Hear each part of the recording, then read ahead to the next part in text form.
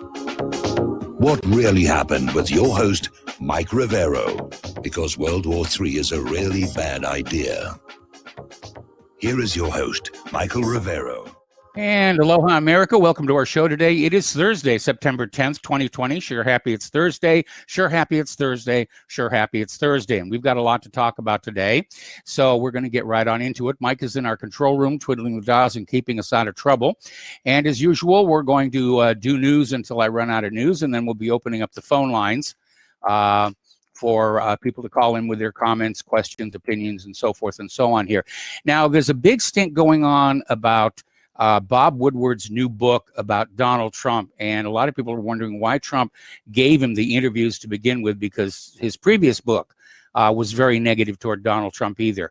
But basically in there, the claim is made that Donald Trump said he downplayed the COVID-19 pandemic because he wanted to avoid a panic. Now, the Democrats are out there saying, well, this means he lied to the American people. Not necessarily, because when you're saying downplaying to avoid a panic, it's the difference between saying there are going to be 100,000 deaths and it's time for everybody to panic and run in circles versus saying there will be 100,000 deaths and everybody's keep calm because we're on top of it. Because panic doesn't really help anybody. And as long as the numbers are accurate, and back then nobody really knew what the numbers were going to be. Everybody was guessing, and it turned out the guesses were wrong anyway. But Biden is out there saying Trump knowingly and willingly lied, and he's out there campaigning on that, saying it's time to kick Trump out of office. But you need to remember that back when this was all going down, even Biden was saying, no, it's not going to be a big deal. And the Democrats were out there with him saying, it's not going to be that big a deal.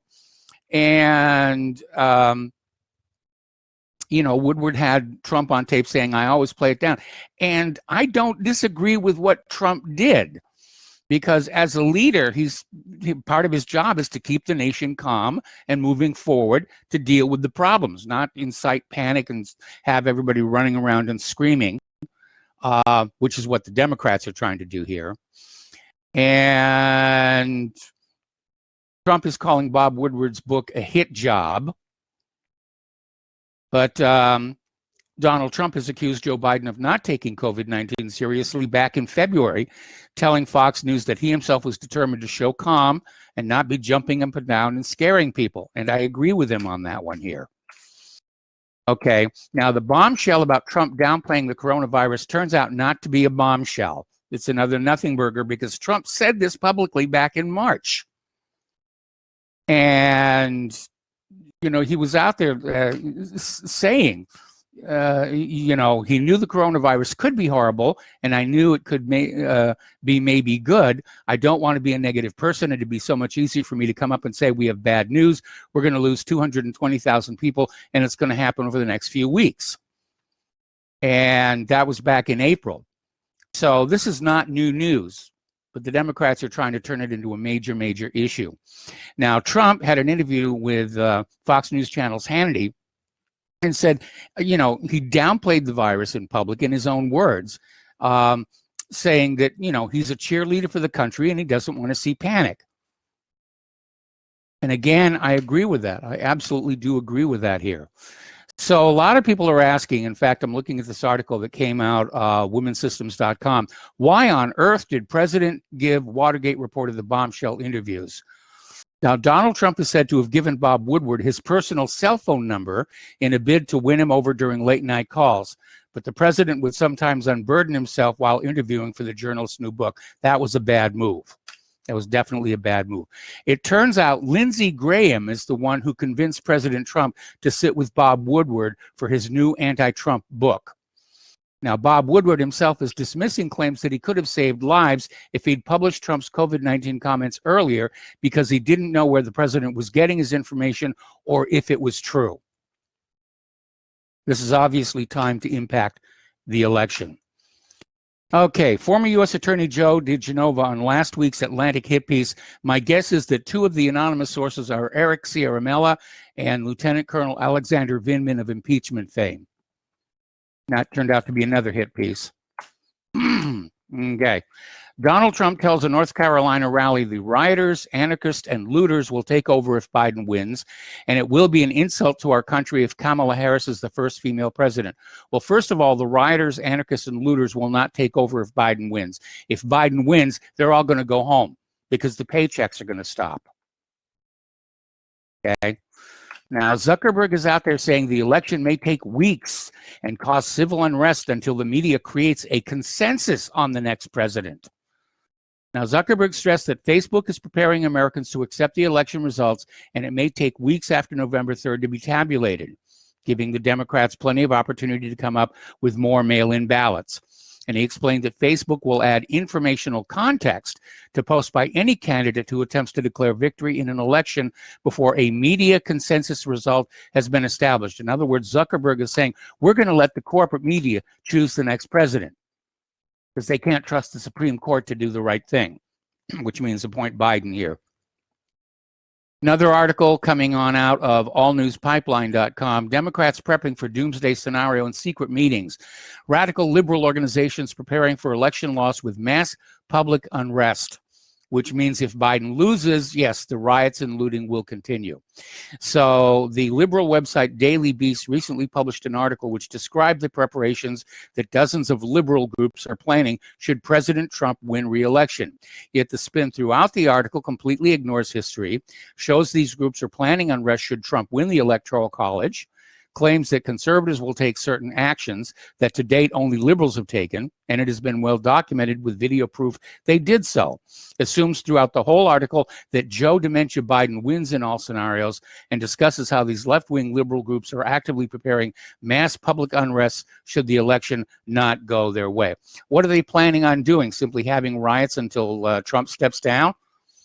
It hasn't worked out too well with Lukashenko, has it? Or Maduro, for that matter. But it looks like they're using the same playbook here in the United States of America. Okay, there's another article along the same lines. This is coming out of FortRuss.com. Soros Election Integrity Group prepares to oust President Trump no matter who wins. And this Soros-backed election integrity group is setting the stage for a revolution against President Trump after November's election. The Transition Integrity Project, which is an organization featuring a bipartisan group of Trump haters, is claiming that Donald Trump will cause violence if he disputes the upcoming election results. They are running simulations that they claim indicate that Trump and his supporters will create mayhem. He doesn't have a reason to do that if he wins, does he? Okay, over in San Francisco, the owner of the salon where Nancy Pelosi had her mask-free blowout reveals she's closing the salon now because she's too scared to do business in San Francisco following multiple death threats and menacing phone calls from Nancy's fan base, I presume here. Another article, this one's coming out of stationgossip.com. Laws are just not for the little people, or aren't just for the little people. There's a petition that has 16,000 signatures demanding Nancy Pelosi be prosecuted for the COVID violations after getting her hair done in a San Francisco salon without a mask. And she should be prosecuted. Those are the rules in San Francisco. Okay, turning to the civil unrest that's out here, protesters breached 2 lines of police barricades in Rochester's on the 8th night of protest in Daniel Prude's death, as 2 demonstrators are hit with federal charges for throwing fireworks and attacking cops with a shield. Still out there. Portland's still dealing with it. They're now over 100 days straight of these protests and riots going on here. All right. There's an inquiry. This is COVID-19 news now. There's an inquiry beginning into Astrazeneca's vaccine trial. And the problem is one of their test subjects has developed a serious neurological condition as an adverse effect. And they want to make sure this is really related to the vaccine trial and didn't just happen by itself, coincidence. And said the step for the inquiry ought to be reassuring to the general public. The results of the safety review, to be conducted by an independent board of experts, will help determine if the participants' condition was a reaction to the vaccine candidate or merely coincidental, and are expected to heavily influence whether and when trials might resume. Now, we got a report there was a second adverse reaction, not as serious, but still an adverse reaction here. The United States is planning to end COVID-19 screenings for arriving international airline passengers and won't require them to land at 15 designated airports. They're opening up air travel again here. All right. New York's Governor Andrew Cuomo says indoor dining can start again in New York City from the end of September at 25% capacity, just one day after saying he wouldn't allow it. There was a huge backlash. There's a lawsuit involved where he's being sued by all the restaurant owners. But even at 25% capacity, it's going to be very hard for these restaurants to stay in business. They're designed to basically serve 80 to 90% capacity, and that's what their financials are based on. So it's a slower death. Andrew Cuomo is out there saying Trump caused the coronavirus outbreak in New York. I mean, the lies are just, coming here. Over in Chicago, Mayor Lightfoot is joining Los Angeles leaders to limit Halloween trick-or-treating this year. It's a shame to me. I mean, everybody's already got their masks.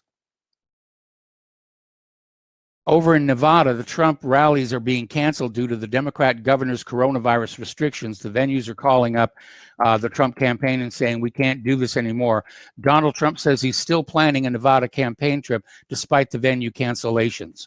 So where they're going to go, I don't know, but he's basically going to still travel to Nevada and try and get out there. Here's a story about how money really affects everything here.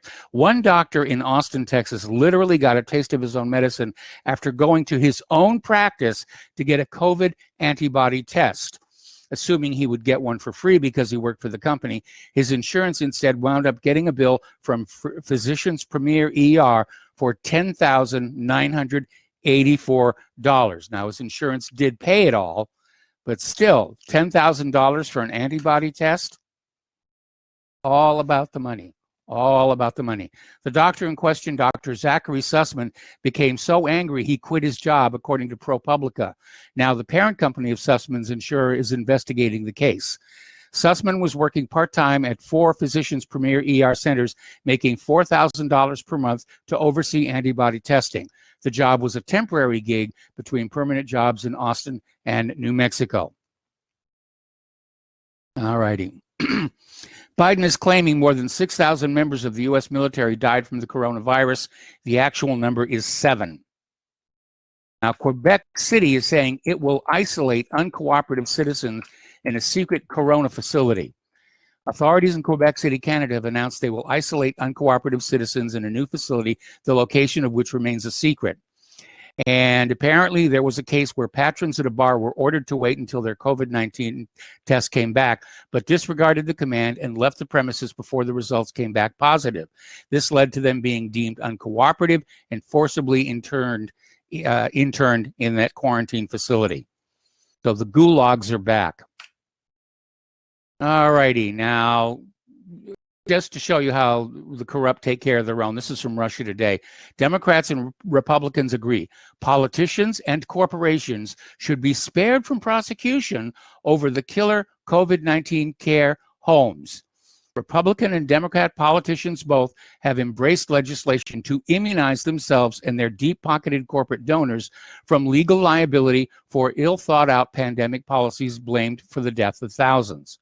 Republicans in the Senate have all but plagiarized a controversial provision from New York Governor Andrew Cuomo that will offer legal immunity to corporations that ran the care homes in which hundreds of thousands of elderly Americans died with the coronavirus over the last 6 months. According to a trio of progressive journalists who compared the text and interviewed some of the lobbyists who wrote the polarizing messages for the politicians in their pockets. So we've all been hearing about how these care homes became COVID death centers. And now they're saying nobody will be sued. They're being indemnified. Australian government's own website is admitting that COVID tests are totally unreliable. They're saying the Therapeutic Goods Administration claims there's little evidence to assess the clinical utility of PCR or blood tests. We know there's a lot of false positives and a lot of false negatives. Now, over in Sweden, experts are claiming vindication on COVID. Positive coronavirus test rate hits its lowest level yet, with only 1.3% of Swedes who are swabbed found to have the virus, despite an increase in testing. They're testing more and still getting lower results. So it looks like they had the right idea over there. Getting into other news here, if this is an article coming out of Scoopy Web. If Charles Manson can get a fair trial, so can Ghislaine Maxwell. Lawyers for Virginia Giuffre, I think it is, reject a claim by Epstein Madam that releasing documents would wreck her trial. I think releasing the documents would be embarrassing to a lot of people. All righty.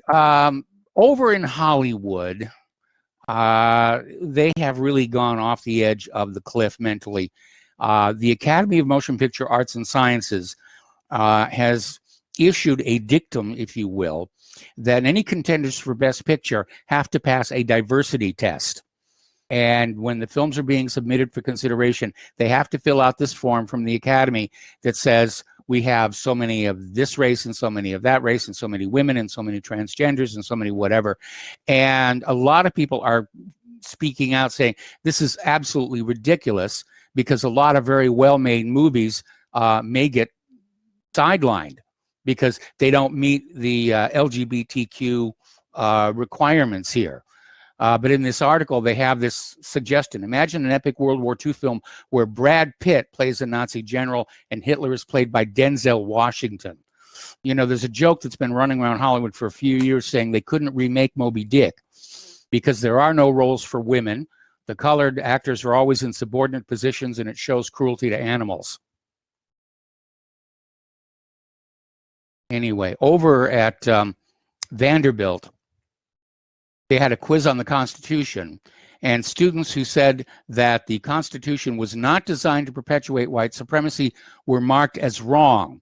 So this conservative student organization has flagged this quiz at Vanderbilt University where students were asked, was the Constitution designed to perpetuate white supremacy and protect the institution of slavery? Any student who answered false was marked wrong by the professor. The class is taught by professors Josh Clinton, Yoonjin Kim, John Meacham, and Dean John Greer, entitled PSCI 1150 U.S. Elections 2020.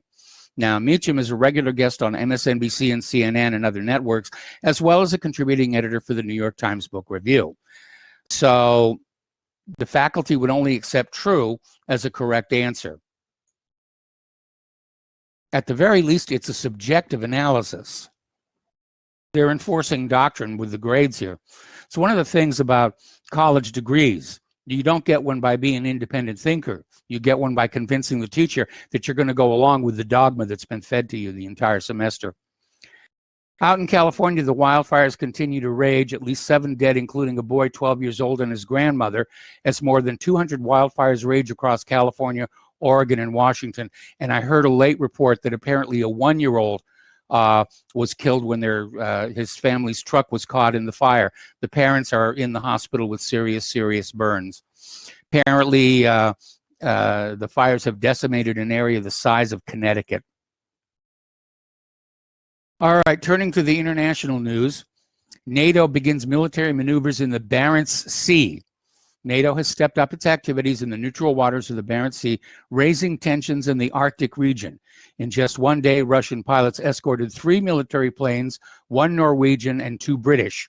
One of the British planes was headed specifically for the Russian border when it was identified and escorted by the Russian fighter MiG-29, which caused discontent among the Russian military and the politicians. Aerial maneuvers in the region were intense and revealed a new stage in the operations of the Western Military Alliance in the vicinity of the Arctic. Commenting about the incidents, Russian Defense Minister Shoigu stated that while NATO training flights near Russian borders are not new, the nature of the flights has changed. Okay, we're going to take a break here for some commercials, and we'll be back after these few words. And a friendly reminder that Republic Broadcasting Network is in the middle of a perpetual fundraiser, and we need your help to keep on doing what we're doing. So the postal address where you can send a check, money order, or if you prefer anonymity, cash, is Republic Broadcasting Network, 2251 Double Creek Drive, number 302, Round Rock, Texas, 78664. The phone number where you can make a credit or debit card donation is 800-724-2719, extension 3. The network thanks you. Well, in addition to the NATO exercises in the Barents Sea, we're moving into a new Cold War, and I do mean cold. A British fighter jets, a warship, and a U.S. destroyer have deployed to the Arctic Circle amid concerns that Russia is exploiting new shipping lanes that are emerging as the ice caps melt. Well, without getting into a discussion about how much the ice caps are melting, because remember, Al Gore said the Arctic was going to be ice-free some years back, and it didn't happen. It's their territorial waters, and if they can run shipping through there, it's really not our business to say. But obviously, it would give them a tremendous financial advantage to be able to export products to Europe through a northern route, rather than having to go down through the south and around Asia, up through the Suez Canal, and so forth and so on. So how the United States intends to discourage Russia from using these new shipping routes remains to be seen here. All right, Belarus will go to war in case of a Western country's aggression against Russia, according to Belarusian President Lukashenko. Should someone try to carry out an act of aggression against Russia through Belarus or near Belarus, our 60,000 to 65,000 strong army will go to war, because the West is our zone of responsibility in accordance with the Collective Security Treaty and the Union State Treaty, Lukashenko said. And the Russian group which supports us is to join us to repel an aggression from the West under the plan. It is our zone of responsibility. If something like that happens in the Western direction, north or south of us, we will hurry to defend Russia. Everybody's picking sides here. There's been a huge fire that broke out in the remains of Beirut's port just weeks after that huge explosion wrecked the area, and huge column of smoke seen by traumatized citizens rising from the port Thursday. A store of oil and tires are burning, and firefighters have rushed to the blaze. Okay. Indian and Chinese troops man remote Himalayan outposts just hundreds of meters apart. Tensions are building there as well. Indian and Chinese troops were facing off Wednesday, barely 100 meters apart, in a remote Himalayan region where shots were fired for the first time in decades. The nuclear-armed neighbors have accused each other of firing in the air during a fresh flare-up in the Ladakh region on Monday, violating long-standing protocols to avoid using firearms along their undemarcated borders. Okay. Apparently, PLA bombers have been pictured close to the troubled region. Images released by Central Theater Command show at least 3 Xi'an H-6 bombers at a base thought to be in Tibet. Western Theater Command says its troops took part in a live-fire air defense exercise in a northwestern desert believed to be Xinjiang. China appears to have deployed strategic bombers close to its border with India amid ongoing skirmishes between the two countries. Okay, October surprise. Satellite photos indicate that North Korea may be preparing a ballistic missile test. While Sino-U.S. relations are set to dominate the Southeast Asia Summit on Wednesday, I presume that means next Wednesday, foreign ministers of 10 Southeast Asian countries could discuss the recent North Korean ballistic missile activity that suggests a launch could be nearing. New commercial satellite imagery of North Korea's Sinpo South shipyard, first revealed by the Center for Strategic International Studies, shows the rogue nation could be preparing to test fire a, let me see if I can get this right, Pukguksong 3 submarine-launched ballistic missile from a submersible test stand barge. CSIS wrote, activity is also noted around the static test stand on the south side of the Sinpo South shipyard, where vehicles or equipment appear to be positioned around the rail-mounted service stand and test stand strong arm used to raise a launch tube or missile into the vertical position for testing. Similar activity has been seen in the past, both for maintenance and before ejection tests. All right, Chinese fighters have entered Taiwan's airspace after missile tests. With military tensions surrounding Taiwan already on the rise, the island decided this would be a good time to conduct a series of missile tests from several areas. This sparked an immediate reaction from China in the form of multi-role fighter jets. The Defense Ministry reported the planes entered Taiwanese airspace early Wednesday, but that Taiwanese planes intercepted them and chased them back out of the area. China sent Sukhoi 30 and J-10 fighters. No serious incidents were reported. Now, here's an interesting story and one that we have to pay attention to. China is the world's biggest shipbuilder, and its ability to rapidly produce new warships would be a huge advantage in a long fight with the U.S. Remember, it was only last week that we had spokespeople for the U.S. Navy saying that China's already ahead of us in the number of ships they have in their Navy, and apparently with their shipbuilding capability, they're able to maintain that lead. But China has this edge over the U.S. in shipbuilding, and it could give the country an advantage in a protracted conflict in which both sides see heavy losses at sea.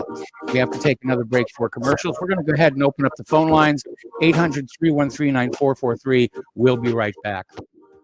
Welcome back to our show here. We're going to go to the phones to Daniel in British Columbia. Hello, Daniel. Welcome to the show. What's on your mind today?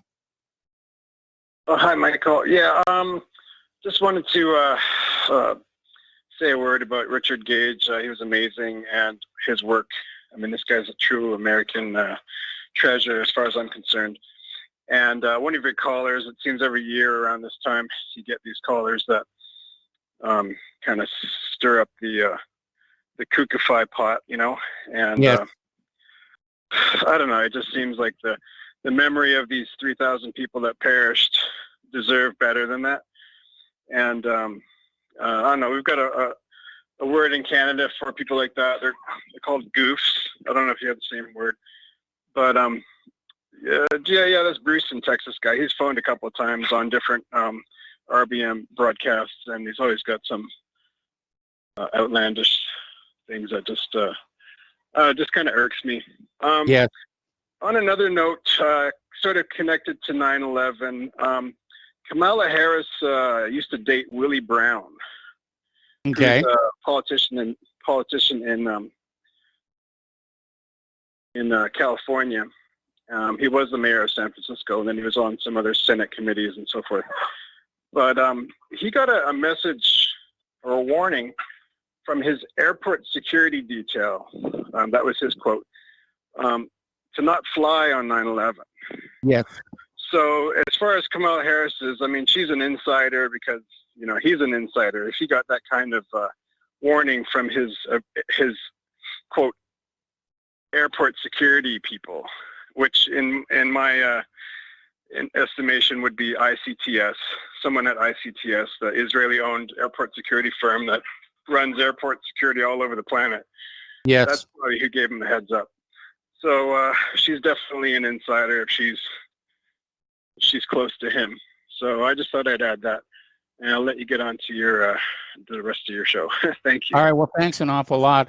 Actually, there were quite a few people who received warnings not to fly on not always specifically 9/11, but just to stay off of commercial airlines for the first part of September. And I'm blanking on the name, but there was one senator who started taking private charter flights during that whole period. Anyway, thank you for the phone call. We're going to let you go. The phone lines are open, 800-313-9443. A total of 79 Israeli strikes have targeted Syria over the past 32 months, destroying 250 targets, a war monitor reported on Wednesday. The Syrian Observatory for Human Rights said it had documented the strikes from the beginning of 2018 until the beginning of September 2020. The British-based watchdog group said the Israeli strikes had killed 509 people, destroyed 250 targets, including weapons depots, buildings, and military hardware. Northrop Grumman has announced it has landed a major defense contract to lead in developing America's ground-based strategic deterrent program. Basically, it's a new ICBM, and the contract is worth $13.3 billion with a B. And it's a contract to build the Pentagon's next-generation ICBM, crucial in nuclear deterrence. A Northrop Grumman press release said that a team nationwide will include over 10,000 engineers. Scientists and technicians will spend 8.5 years building the new missile with an expected operational goal of 2029. Both congressional Democrats as well as arms control groups have remained fierce critics. Former Defense Secretary William Perry said in a statement in association with the nuclear nonproliferation group Plowshares Fund, subsequently cited in The Hill, the highest probability of starting a nuclear war is a mistaken launch caused by a false alarm and a rushed decision to launch nuclear-armed ICBMs. And there have been false alarms in the past. As a matter of fact, the movie War Games was based on a true incident. where somebody fed a training tape into the command center, and the message that it was a training exercise didn't get put out, and they almost went to war with Russia there. And John Badham, of course, used that and added the outside character, the kid hacking in. All right, we're going to take another phone call from Miles in Maine. Hello, Miles. Welcome to the show. What's on your mind today?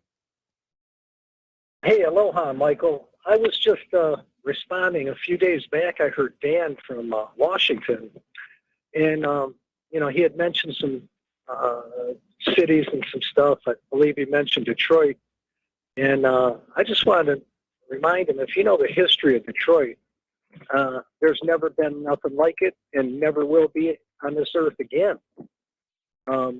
Detroit in the 70s, the wages were like $18 an hour and above for factory jobs, GM, Ford, Chrysler. Those are just a few of them, just a small few of what they produced. Then they produced all the little fastener shops that hired families, wages at $16 an hour, full benefits, no 401k, a full retirement, full benefits. It was the land of Jimmy Hoffa, Motown. There's never been anything like it. Like I said, Motown, and the list just goes on and on. The tremendous stars, the quality of living, the number one school system in the country, Time Magazine, Willow Run. I mean, we couldn't have won World War II without Detroit, and we wouldn't have done too well in World War I either. Yes. And I think people forget that. And what we see and what we saw in the late 60s, early 70s, in the demise and the destruction of Detroit, is you're seeing the modern day, what it would be in those days, Antifa and Black Lives Matter, that Marxist, socialist, communist movement that led to Detroit's destruction.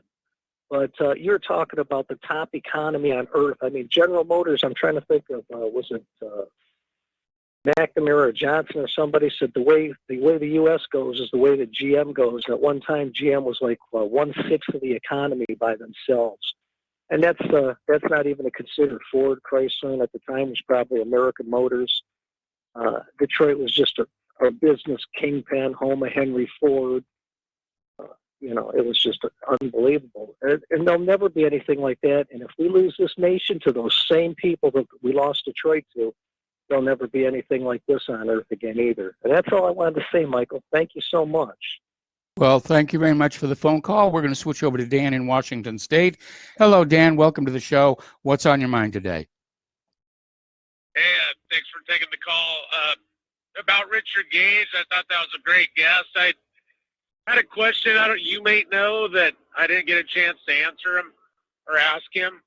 Yeah. As far as the nanothermite, where did they test the steel beams that were kind of look like they're cut at an angle? Did they actually test those for the nanothermite, or were they allowed to? They were not allowed to. I mean, the steel was basically gathered up, and except for a section that was used for the bow of a new warship, it was all shipped off to China to be recycled. And they found the nanothermite in the debris underneath those load-bearing beams, but the beams themselves were never subjected to any testing. That's a shame right there. That is evidence of a cover-up right there, that they didn't allow or test any of that. Now nanothermite, I'll research it on my own, but can it be like painted on, like a coating, kind of? Yes, like? it can. All you need is some kind of a binder, and yes, it can be painted on. All right. Well, thanks a lot. Appreciate it. All right. Well, thank you very much for the phone call. We're going to switch over to Joe in Tennessee. Hello, Joe. Welcome to the show. What's on your mind today? Oh, is that me? That's you.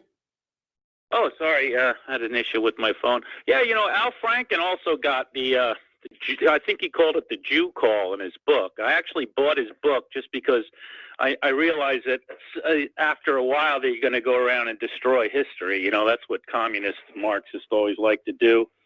And so I bought his book just so that I always have a record in print that here is a guy that at the time he wasn't a senator, but he became a senator, and he admitted to getting a call from Ed Koch to tell him not to fly on airplanes on 9/11. So that ought to tell you something. You know, they clued all their little kosher friends in on all this, but meanwhile they let a lot of people, you know, be slaughtered that day. Well, you remember the story about Odaigo, right? About who?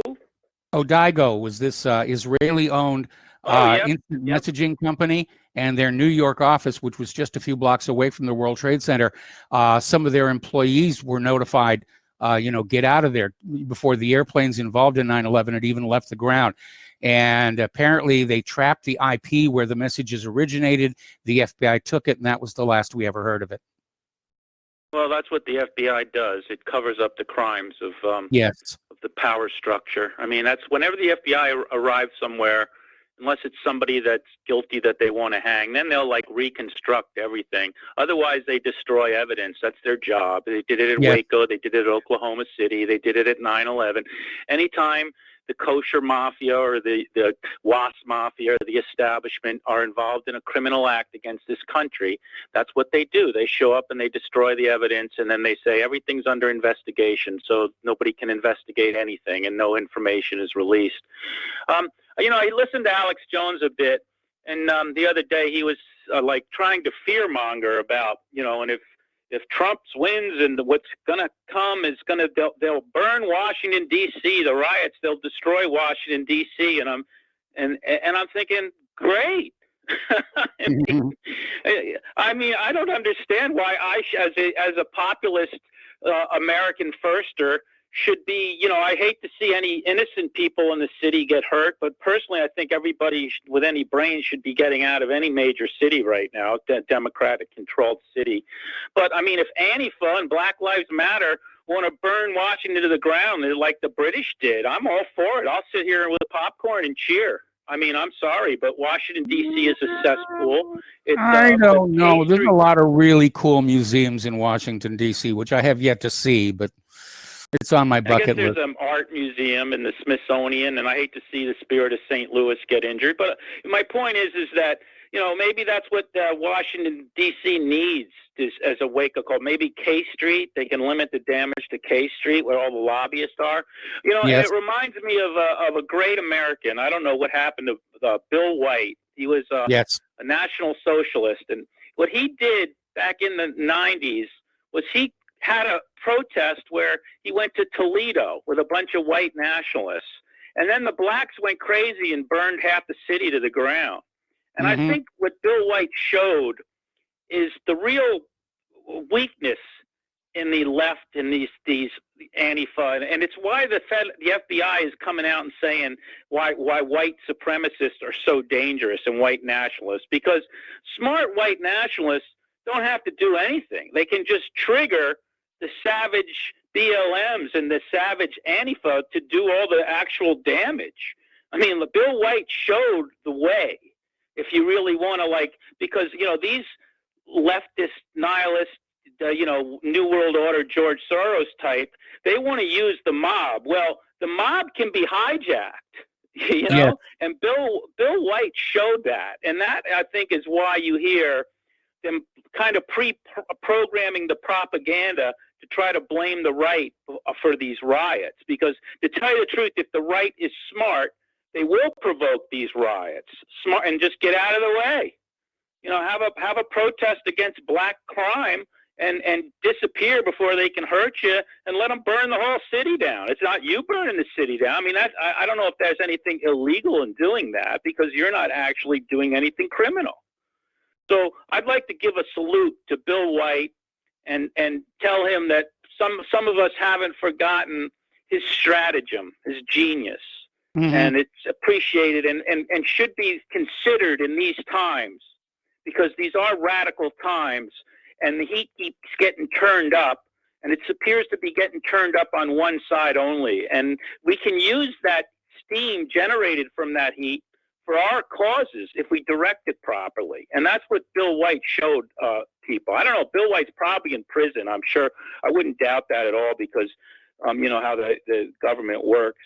One quick thing I'd like to comment on is all this stuff with Trump, coming out with that phony Atlantic story. Anybody that believes that should really, take a lesson in. And I watch him and I get angry because I hear the reporters at the press conference treat him with such Hello, Joe? And he's a genius when it comes. Yes. We lost you for a second. And I realize that. Oh, I'm sorry. But yeah, but I think my ear, sometimes I hit the off button or the mute button. But anyway, I realize that Trump is playing the media. He's letting them ask him rude questions, and then he takes it because it backfires on them. I think personally he'd probably like to go smack these guys in the mouth. And if he was, and what I've always said is, why does he let these people back? But then I realize he's becoming like Teflon, or there's nothing that they can say to him now. They've so discredited themselves with their open hostility towards him that I think a lot of people, even people that don't like Trump, are getting to the point where, come on, I mean, give the guy a break, So I think this is part of Trump's genius. I tactically, I think he's doing this on purpose. So he kind of comes out. I wouldn't even doubt this whole thing with Woodward is such a joke. Do you know, everybody's talking about Trump not panicking the country, which he should do as president. I mean, the president's like a pilot. You don't tell the people, hey, we're going to crash. You say, all right, be prepared, whatever. You don't get people panicked. But meanwhile, in that book, they're talking about James Mattis trying to have a coup, 25th Amendment coup against Trump, and nobody's talking about that. To me, that James Mattis should be arrested, and all the people that he talked to should be arrested. I guess Rosenstein was involved, and a whole lot of the Trump people were involved in this.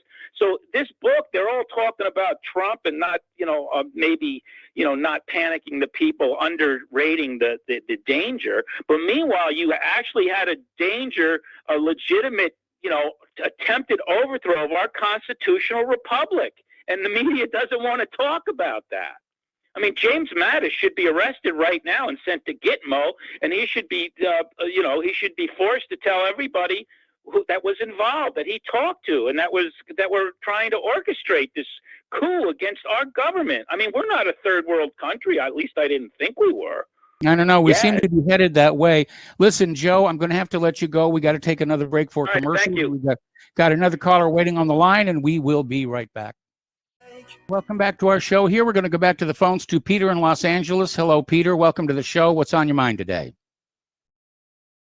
I just wanted to, well, first off, I find Tom's calls from Tennessee, or Joe's calls, they're almost always interesting.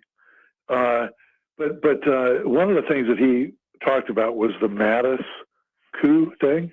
Yes. That Rosenstein was involved with. I remember talking with you about this a couple months ago, Mike, when Trump they were demonstrating Antifa and BLM right outside the White House and getting pretty violent to the point where they evacuated the White House. You remember? I remember that.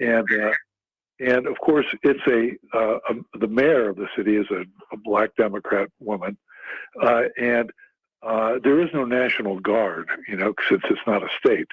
Yes.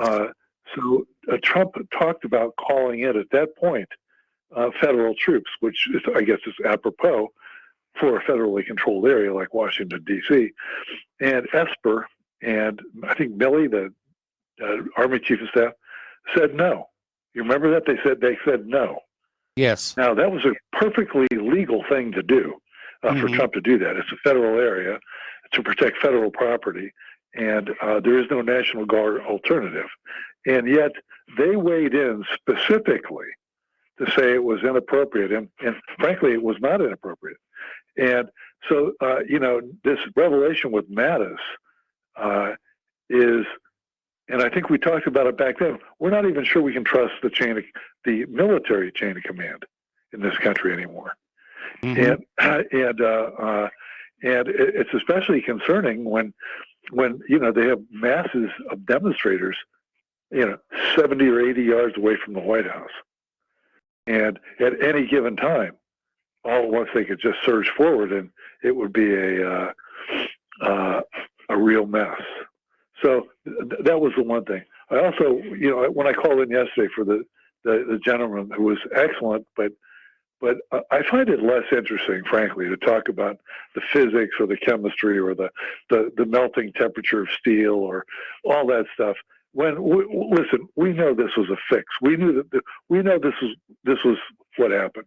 I don't have to be told the scientific facts. I want to hear who did it and how they did it. And that's when I call it when and I asked about the dancing Israelis, the urban moving systems, Silverstein, Daniel Lewin, the Sayeret Matkal guy on one of the planes. Yes. Chertoff, the Israeli art students, all the myriad of things that connect them. And yet we know that they came down and it's thanks to high heaven. I want to know, I want people to talk about, point fingers at who.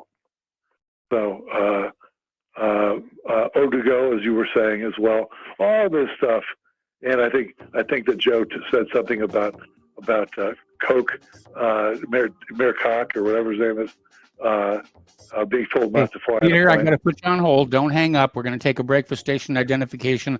I'm going to come right back to you. We'll be right back after these few words. Welcome back to our show. Hour number 2. The phone lines are open, 800-313-9443, and we're talking with Peter in Los Angeles. And Peter, if you could just pick up where you left off. Well, I was talking about all the Israeli connections, the pointing fingers at who did this, Cheney and the deep state guys. But a lot of the Israelis. And another thing to point out was that both Portland, Maine, and Boston, Logan, the security there was handled by Israeli companies. Yes, that Marvin ICTF. Bush or whatever handled the security for the towers, right? Right. Silverstein, all these guys with the. But to get back to one more point, just this week, Trump had, I think, the courage to say, finally, that the generals and the military in this country, the high command, has an interest in more wars. He came right out and said that, right? Yes. This week, and remember what we just talked about, the chain of command, about Mattis and about Milley and about Esper, and then remember also that the secret police, the whole national security structure, not only the military, but the secret police structure like NSA and CIA and Department of Justice and FBI, they were involved in the coup against him as well. Right? I mean, They were actively involved, and they can't see guys like Brennan and Comey and Clapper. They can't even possibly think about a Trump victory because they might be held accountable. But also, so might their institutions, the FBI itself, the DOJ itself, CIA itself, because they jumped the reservation so criminally, so completely, in inserting themselves in the democratic process in 2016 and after, that honestly, if it was held up to the light of day, they should be all blown up. And so they cannot see this president get reelected because they might be in prison trouble, or even institutional survivability could be in question. And so all the stuff about Antifa and all that, which is another CIA instrument, right? Soros, yes. Another CIA instrument. I mean, all this comes into play, Mike. And I again, I don't see us making it past December without a shooting civil war. Well, it's a very dire prediction, and I hope you're wrong, but it does feel like we're headed toward a crisis of some kind. Man, I hope not too, Mike. But wow, there's a confluence of a lot of events. Yes. The fact that all these people are going to be unemployed and kicked out of their homes and their apartments, their cars will have been repossessed. The end of the relief from the government, perhaps. I mean, it's the whole racial aspect of it. It's the perfect storm. So, yeah, it is. Anyway. It doesn't seem like there's a smooth way out of this mess right now. Yeah, no, neither side is gonna acquiesce to a victory by the other. And the Democrats didn't do it in 2016, and they're primed to do it this time. The Republicans won't allow, because of the mail-in and the vote fraud that they can clearly see, and the brown shirt tactics of the Democrats that are right in your face. When you can go to BLM and there's a direct link to the Biden for President campaign finance thing, which, by the way, there is. Did you know that? Yes, I've seen that. Yeah, I mean, it doesn't get any clearer than that. So, anyways, Mike, that's it. I know there's a lot of guys on the line, and thank you for letting me talk. Not a problem there, Peter. We're going to let you go here and switch over to Don in Arizona. Hello, Don. Welcome to the show. What's on your mind? Hello, Mike. Actually, Peter's wrong. Washington, D.C. does have a National Guard. And in fact, reading right off of the, you just Google it, does Washington, D.C. have a National Guard? And I always knew that because I was in the National Guard myself. And the D.C. National Guard is always considered a special status because they report directly to the president. It says here the D.C. National Guard is the only National Guard unit out of all 54 states and territories which reports only to the president. So that's why I don't understand why Trump doesn't, activate them when they're he could do it. I mean, that's what he's supposed to do. He's in charge. He's, in other words, no governor. The mayor of WDC doesn't control him. He does. So there you go. I mean, I don't understand that because there's another one of the things Trump doesn't do, and you can't understand why he doesn't do it. He's probably just getting bad advice like he did with Mattis. And by the way, the whole deal with Mattis and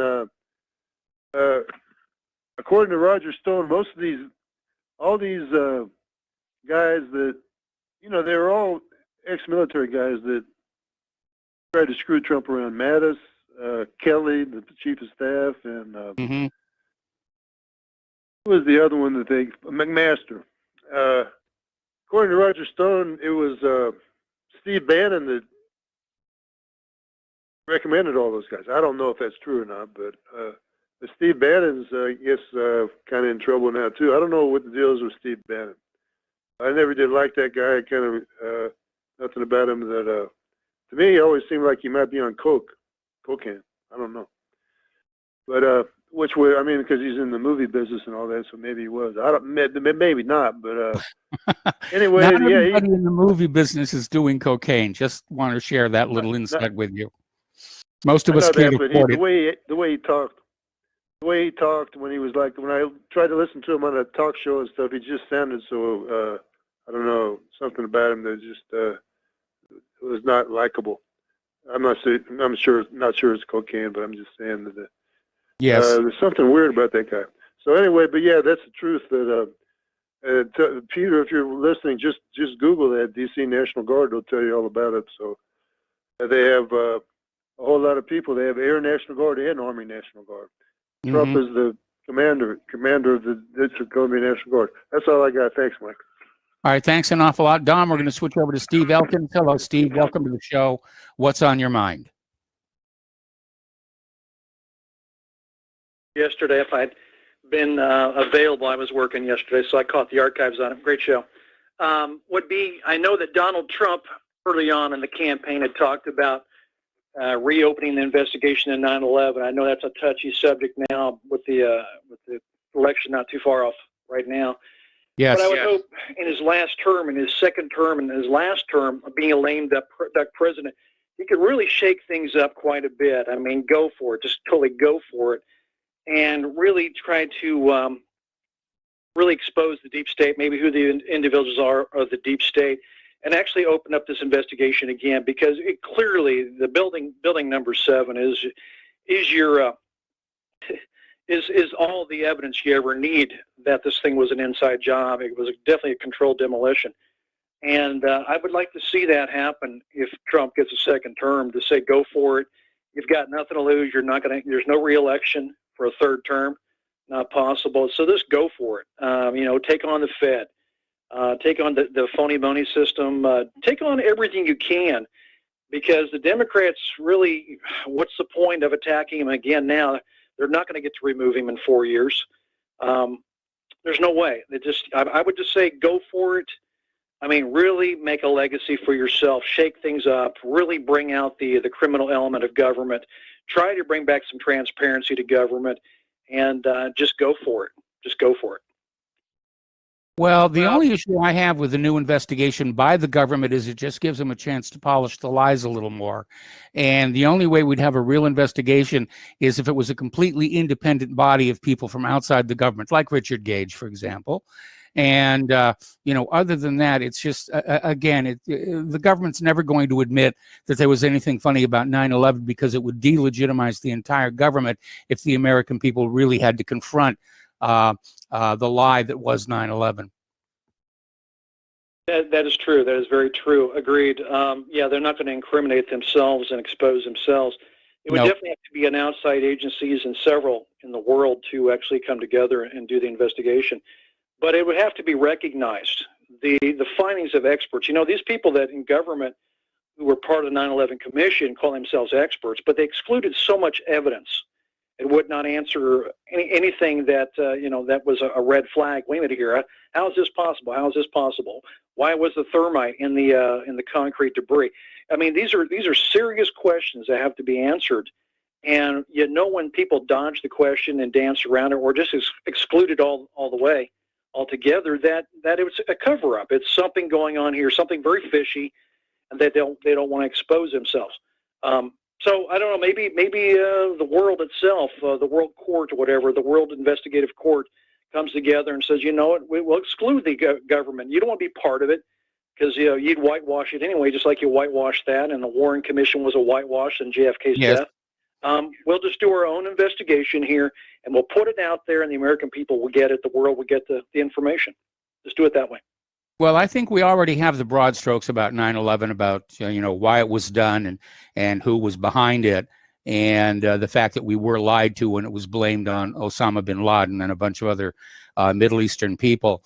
It was described, as this generation's version of Pearl Harbor, to launch an era of endless wars, which we've certainly had since 2001. Anyway, Steve, anything else? It's surprising that he didn't mention the Project for a New American Century, because there's your blueprint right there. Yes, that is the blueprint right there. That's it, Mike. Thanks. Appreciate it. All right, thanks an awful lot. We're going to switch to Mo in Florida. Hello, Mo. Welcome to the show. What's on your mind today?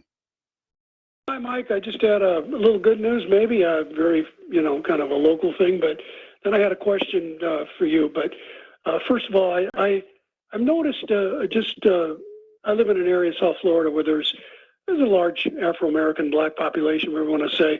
I mean, it's not large, but, they are here. And I've never been treated better. I don't know, either on the phone or meeting them in person or somebody, down, the neighborhood grocery store.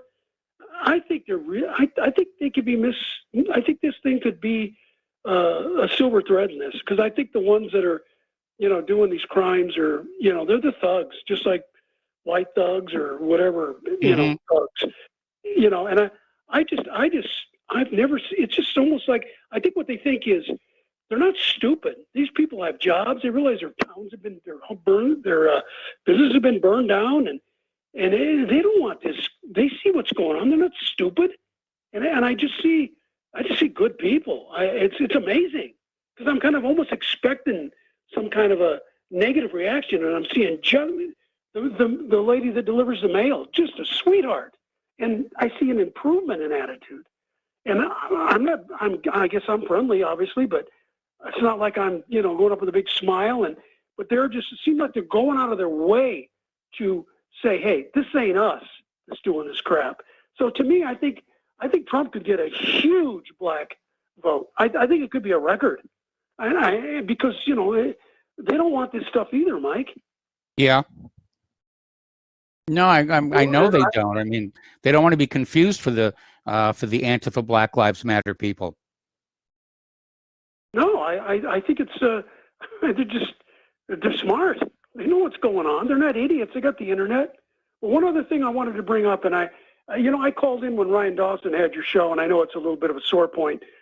He kind of embarrassed you, and I think he embarrassed everybody. But I thought, the guy, I followed him for quite a while, and I thought he was he's a very smart guy. There's no question. But you know, when I brought up the question about Building 7 and the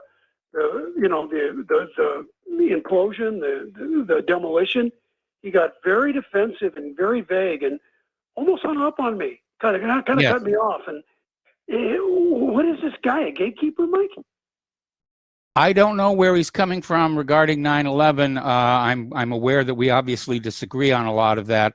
But again, you know, he did embarrass Republic Broadcasting, and at least for the moment, he's banned from the airwaves from this venue.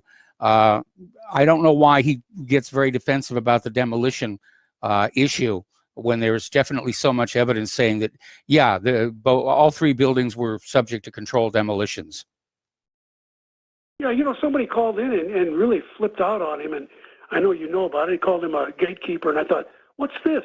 I'm starting to think the guy that called in was right. So whatever it is, I'm here a class act, Mike, and he knows a lot better than to use that kind of language on your show. You know what I'm saying? Yes. Yeah, I mean, he had to know that was his last time. And I don't know if the guy's under stress or he's a gatekeeper, but I'm just throwing that out there. And, you know, it embarrassed me for you. Well, I don't embarrass easily, thankfully. So, you know, we just move forward and we keep doing what we're doing. Yeah, you're doing a great job, Mike. Thank you. Appreciate it. All right. Thanks an awful lot. We're going to switch over to Carl in Orlando. Hello, Carl. Welcome to the show. What's on your mind today? You know, it's amazing to me to hear one good caller call in and say, we need to know who did 911. And Yes. The very next call you have is this regular on RDN that you have all the time, Steve Elkin. He wants to know how it was done. Isn't that a little bit odd? Isn't it a little obvious what's going on here? We have a who did it, and then immediately somebody calls in and he's so interested in how it was done. Isn't that special? Yeah. No, I understand what you're saying here, but you know, some people want the who and some people want the how. And some people want the why. Well, if you want the how, you are a homo, okay? That's all I have to say to you. Because if you don't want to know who, there's something wrong with you, or you are part of that system. And that's all I have to say. These people that are on this RBN every day, this is what they do. They want to draw you away from who? It's always those same people. Who? And thank you, that one caller that called in and said that. But you're going to get a call from Steve Elkins or any number one of these other people that don't want to know who. And they're the destroyers. And that's all I have to say. Thank you. All right. Well, thank you very much for the call. And we're going to be talking about the who both today and tomorrow here. So let's switch over to Mark in North Carolina. Hello, Mark. Welcome to the show. What's on your mind? Hey, how you doing, Mike? Mike, I wasn't even going to call today, but I just came, you know, when we talked about Ryan Dawson and being 9/11 is tomorrow. I just thought I would comment. I've been following Ryan Dawson for a while, okay? First of all, the fact that he cursed in your show, remember, he's got a different kind of a show. He's got a YouTube show where, you know, cursing is par for course. But besides that, Ryan Dawson, the reason why he gets so angry about people bringing up Building 7 and whether thermite may have been used or whatever else has been used is because his thing is it's virtually proven that there was a foreign intelligence service involved in 9/11, and that was Israel.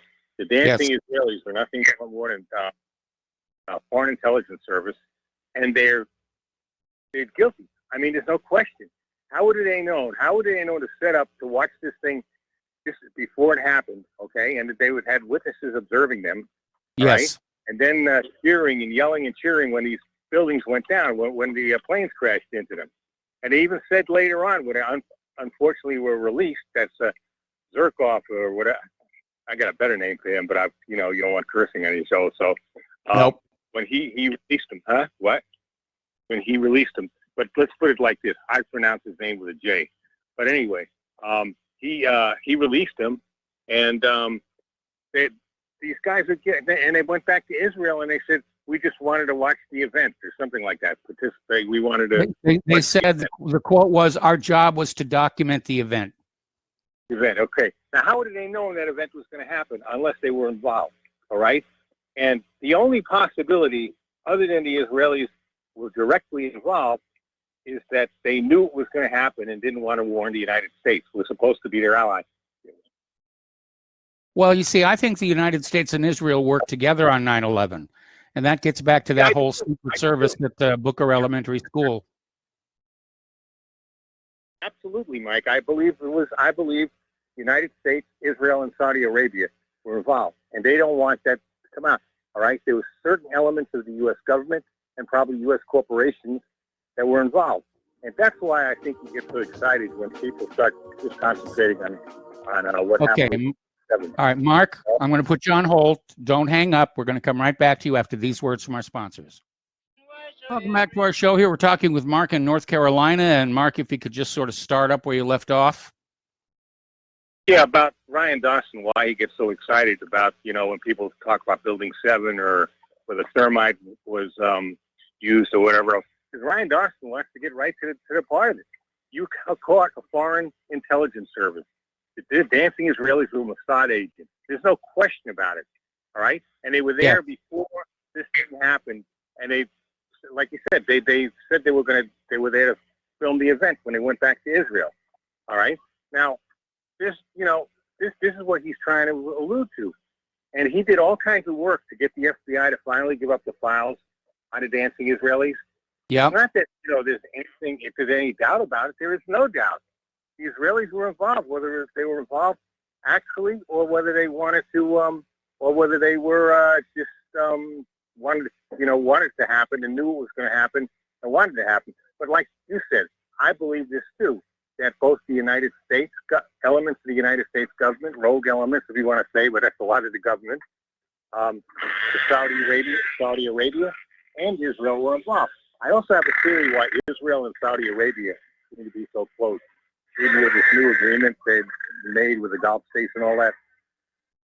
My theory that there's some part of Judaism, maybe having to do with that, the Zohar, or what's that called, something with the Talmud or something like that, and Wahhabi Islam, not all of Islam, but Wahhabi Islam, basically tied into the Saudis. I believe there's a connection somewhere there. I don't know where, how. I've tried to look it up. Some people say it may have to do with, what's that, Khazaria, that they might have all come at one time. A lot of Khazaria. Including the Saudis. It might have something to do with Turkey, with the Turkic tribes that came and conquered a lot of Central Europe and Central Asia, back in, I don't know, 1,000 years ago or so. Yes. And, or what it might be. Okay. I looked up something about the Khazarians. They were a tough, very fierce tribe, that were, animists first, and then they converted to Judaism, and they actually kept the Christians and the Islamists apart, so they wouldn't fight. They actually stopped Islam from spreading from that part of, coming from the deserts of Saudi Arabia into Central Europe. They actually stood there as a buffer. And I don't know what happened. They seemingly the empire just folded at some point. I guess like most empires do. But I think there is some kind of tie in there. It may have to do with the Talmud and parts of the Quran. I don't know, but I suspect something, because now you see this new agreement they have. It just seems to me that if they're too cozy together, I don't think this is something new what's going on now. I think this has been going on for a while. It was just a pretend thing that the Israelis and the Saudis hated each other, and they never had a war together, if you notice. There was never any war. Yes. Saudi Arabia never joined any of the wars, like in 48, 60, 67, 70, 73, or any of the other. The Saudis have never been involved in that. They've stayed at distance. I suspect there might be something involved here. I don't know, Mike. I'm not a historical expert. I'm not a religious expert. Maybe somebody else would know. I don't know. But as far as Ryan Dawson, that's all he's trying to do. I just want to add one thing about Mattis. Understand something about Mattis, and also about I call him Petraeus because, or General Bilderberg because he goes to Bilderberg all the time, and also General Kelly. None of these guys are real combat veterans. Okay, they all became generals without it. They avoided the Vietnam War one way or the other. Either they were at the academy before, or or Kelly. I don't know how they just didn't send him for the 2 years. He was in for 2 years, so I assume he might have been drafted. And then he came in back later after the Vietnam War was over. Now, I'm not saying you have to be a combat soldier to be a good general. Eisenhower's a perfect example for that. One of the best generals we've ever had, and one of our best presidents, I believe, too. So it doesn't make, but these guys, Mattis was always made out to be this tough, mean, hardcore Marine general. He's nothing of the sort. I think he's basically a punk, and he's basically a globalist, New World Order type. Okay, just like Petraeus and to a lesser degree Kelly. Right? That's what I think of Mattis. Right? But people because he was very close, by the way, to Bill Kristol, because I remember Kristol tried to put him up in 2016 to run to in a late point to run against Trump for the Republican nomination. But Mattis didn't get into it. But Trump stupidly fell for the nonsense. Oh, Mad Dog Mattis. I'm going to put Mad Dog Mattis in charge of the Defense Department. Fool Trump, you put a clown in there. Dangerous clown at that. That's basically all I want to say. I don't know whether I'm going to get any flack from any of the people that, maybe ex-Marines. I'm ex-Army myself. Doesn't really matter. Just because he served in the military doesn't make you Superman. That's all. Okay? All right, Mark, we got to let you go. We got to take another commercial break here. We have another caller waiting on the line, and we will be right back. Welcome back to our show here. We're going to go back to the phones to Kelly in Austin. Hello, Kelly. Welcome to the show. What's on your mind? Hi, Mike. Can you hear me? I hear you just fine. You're on the air. Very good. Okay. With regard to the 911 issue, the debate between needing to know who did it or how they did it, or how it was done, you have to know both. If you can't, you can point your finger to someone all you want with regard to a crime such as that. But if you can't establish how it was done, you're not going to get a conviction. Let me liken this to the old Colombo program. Colombo figured out early on who did something, but he could never bring somebody in until he figured out how it was done. Recall that? Yeah, I recall that. But that's a TV show. Pardon? That's a TV show. And I know, but it does get to my point here. And with regard to 911, we might suspect that the Israelis were involved in it, or somebody else was involved in it. But unless you can demonstrate how they did it, you're not going to get a conviction.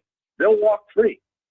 You got to be able to tie the two together. Well, they've already walked free, and I don't think we're ever going to see them in jail. But what we're talking about here is public perception of 9/11, and that's really what the issue is all about. We're not talking about being able to go back and actually arrest people, put them in handcuffs, and march them off to jail. What we want to do is re-educate the public as to what actually happened on that day. Well, I agree, but I'm a member of that part of the public who also wants to see people walked off to jail and executed for the stuff. Yeah, I agree. Public perception has suffered horribly over the years about that, and it's very important to re-educate the public here.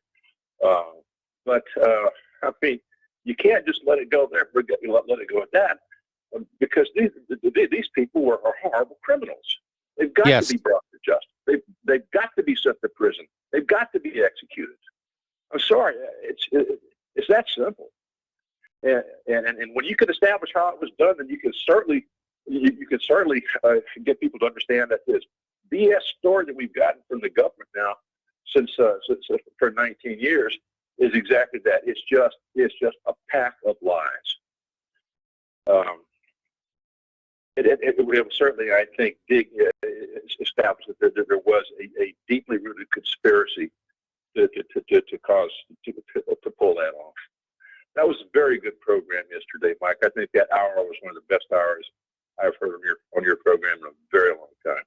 And well, thank you. Many good ones, but that was very good. Thank you for having him on. All right. Well, thank you very much, and thank you for the phone call. We're going to switch over to Steve in West Virginia. Hello, Steve. Welcome to the show. What's on your mind today? Yeah, hey Mike, how you doing? Listen, I got two things real quick. The first one's just a comment. I was listening to a program out of New York the other day, and they're talking about that there's some local poll within New York City that says Trump is within 4 points of winning that state. Is that believable? Yes, that's very believable. I think so. I think he's going to come close to winning California too. You know, I don't, like I say, I don't know how they could steal the election from him. I mean, I think, you know, the NSA or whoever's behind him, somebody's behind him because he didn't get there by himself. You know, the American people helped him, you know, but somebody else, some type of intelligence agency or network is behind him. And, you know, if they decide, I mean, like I said before on your show a couple of weeks ago, if they decide to cheat, you know, I mean, everybody's just, their calculation is that the Democrats are going to cheat. But what happens if Trump cheats with the you know, the electronic voting? I mean, how are they going to, they can't figure that out. So I think, I don't know. And if there's something I just don't know about, it looks like Trump is going to walk away with this thing easily. If he's within 4 points of a New York poll. Mike, the other thing I want to say real quick, and then I'll get off the line for other colors. You know, I think I told you before, I spent 6 years in the U.S. Marines as a combat engineer in an engineer battalion. And I got to agree with Mark from North Carolina. You know, most of the officers, especially the flag officers, once you get above lieutenant colonel, I mean, they're weenies. I mean, they sit in tents and drink scotch at night when we're out in the field. They're small and scrawny in stature. Yeah, I'm not impressed with Mattis or any of these guys. I think the people's perception was all programmed into them from television. But these officers are weenies. I mean, we haven't won a war in a long time. They haven't done anything special. You know, when we're out for PT and runs, I mean, enlisted people beat the hell out of them as far as physical fitness. So they don't impress me at all. I don't, even when I go to the VA, if I deal with a former officer, I don't give them any more respect than I do to somebody that was an enlisted, somebody that was a private. So that's just what I want to say, Mike. Thanks a lot. All right. Well, thanks an awful lot for the phone call. The phone lines are now open, 800-313-9443. Getting on back to the war news, international news, if you will. Trump is claiming that the United States has a secret nuclear weapon capability that Russia and China don't even know exists. And he basically said, and this was part of his interview with Bob Woodward, I have built a weapon system that nobody's ever had in this country before. We have stuff that you haven't seen or heard about. We have stuff that Putin and Xi Jinping are unaware of. Maybe. It would certainly explain where some of that missing money has gone over in the Pentagon. We're talking trillions of dollars that were unaccounted for. All righty, let's see. We have another caller on the line. Rick in Arizona. Hello, Rick. Welcome to the show. What's on your mind? Oh, yeah. Can you hear me, Mike? I can hear you. You're on the air. Okay. Yeah, I was just, you just mentioned Trump and his nuclear weapons program. All I got to say is, sure, Don. 9/11 goes. It's just going to be another year going by. Be the same crap. I just want to say one more thing before I get off the air. If you're going to vote for Trump, be prepared for this scorpion to sting you again. You know, Trump is the ADL audience, and before he came to power in the United States, everybody had freedom on the internet, and nobody has any freedom on the internet now. And if you reelect him, he's going to finish the job. You're going to find out all sorts of people are going to get shut down. Okay, maybe even well, people they're being shut down now, but they're being shut down by left wingers. No, Trump is in charge here. Okay, Trump is the I administrator. seriously doubt that. Yeah, okay. You But know, we Trump relied on a free internet to win in 2016, and I think he needs the free internet to win in 2020. all you know, Mike, if you're going to vote for Trump, you're throwing the Palestinians under the bus. And you've been a big Palestinian promoter for years. Now you're just going to throw them under the bus. Trump's buddy. Well, I certainly can't see Biden in the White House or Kamala Harris as president. Oh yeah. You know, we're down to the lesser of two evils. Don't vote. Vote for the National Justice Party, Mike Ina, Eric Stryker, those guys. We need a new wave of people coming up from below. You don't need this crap anymore. Just don't vote. But wait for Trump. You vote for him, you're going to get stung again. The scorpion's on your back, you fraud. All right. Well, thank you for the phone call. We're going to switch over to Dustin in New Jersey. Hello, Dustin. Welcome to the show. What's on your mind? Well, you know my thing. It's all the same. Left, right, up, down. Doesn't matter who you vote for. The system will remain, guys. You guys are arguing. I'm going to vote for Biden. I'm going to vote for Trump. But you know what? Nothing has changed. If you look, the arrests, the indictments, they're not coming. Mattis is not. Come on, guys. Mattis? Yeah, Mattis is not going to be arrested. I mean, what world do you guys live in? Hello? You think Mattis is going to be arrested, Mike? You think anything's going to happen to Mattis? He's part of the establishment. This all is the establishment, guys.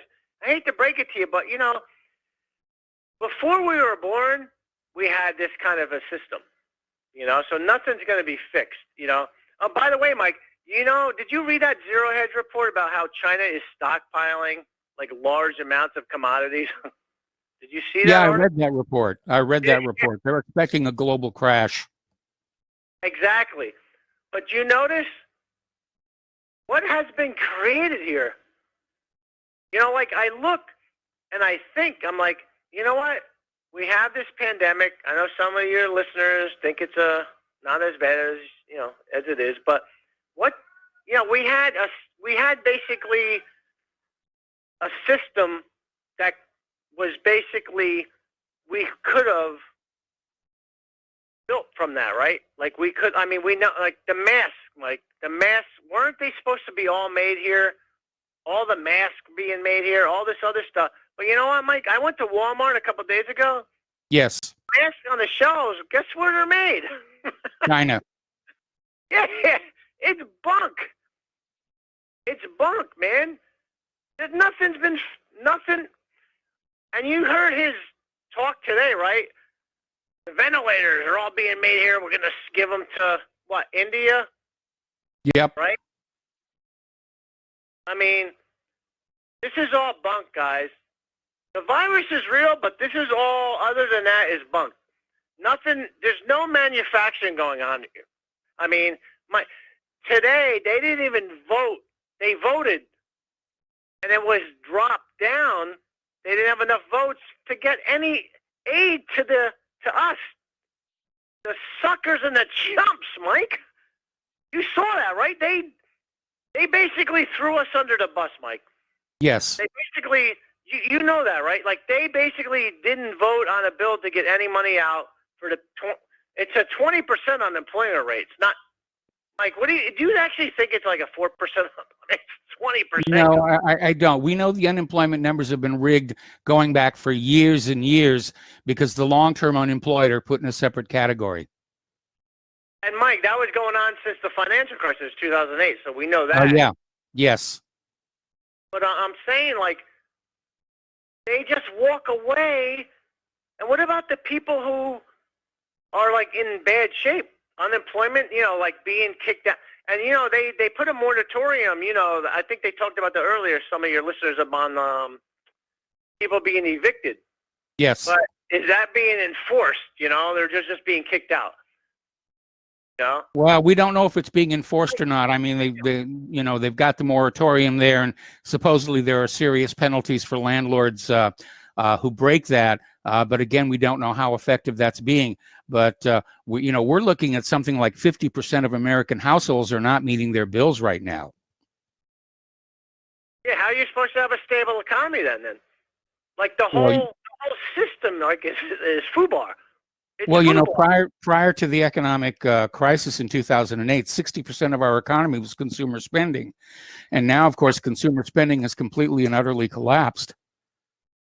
That's right, Mike. Consumption, it's the gears in the gear system. If the gear stops, and I think that's where we're at. You know, I think this country, if you look at China, Mike, they already recovered from this virus, basically. You know, their GDP was up. Ours is not recovered. And then just if you think about it, our manufacturing was this crap to begin with, right? It's like there's just nothing being fixed or improved. What happened to the infrastructure bill, guys? You know, again, infrastructure bill, arrest, indictments, this, that. Nothing's going on. It's not going to go on with Biden. It's not going to go on with Trump. You know, and that's why I keep saying I'm staying home, because the system is finished. What as we know it as a system, Mike, is done. It's coming apart. It's coming apart. We have to start thinking, you know, there's going to be a new nation forming in this land, and we'd better be the ones in charge of setting it up. And before I'm going to call tomorrow to talk about coronavirus. You know about Britain. They have the whole no more 50 people gathering at 6 because it's spreading over here again. And winter's coming, guys.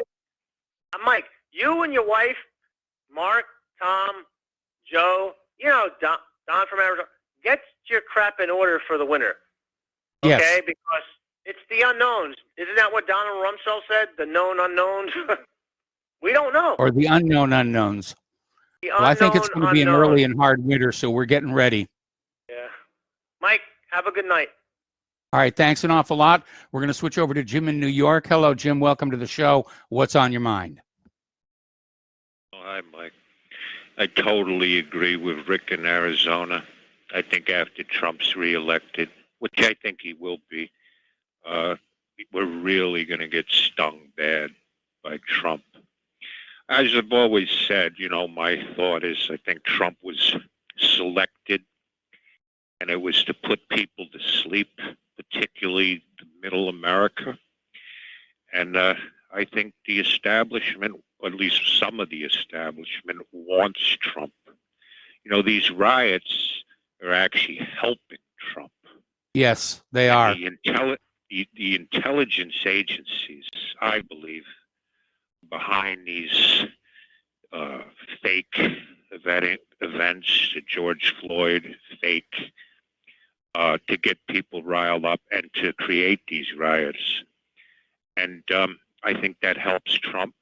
So I think at least some people in the intelligence agencies want Trump to win. And, you know, I will give some credit to Trump. I'm a big critic of him. I won't vote for him or Biden. I'll vote for a third party, the most anti-war third party there is. But I do agree with him on calling the media fake news and the enemy of the people, because they really are fake news. And it's incredible how they can like whip up riots anytime they want.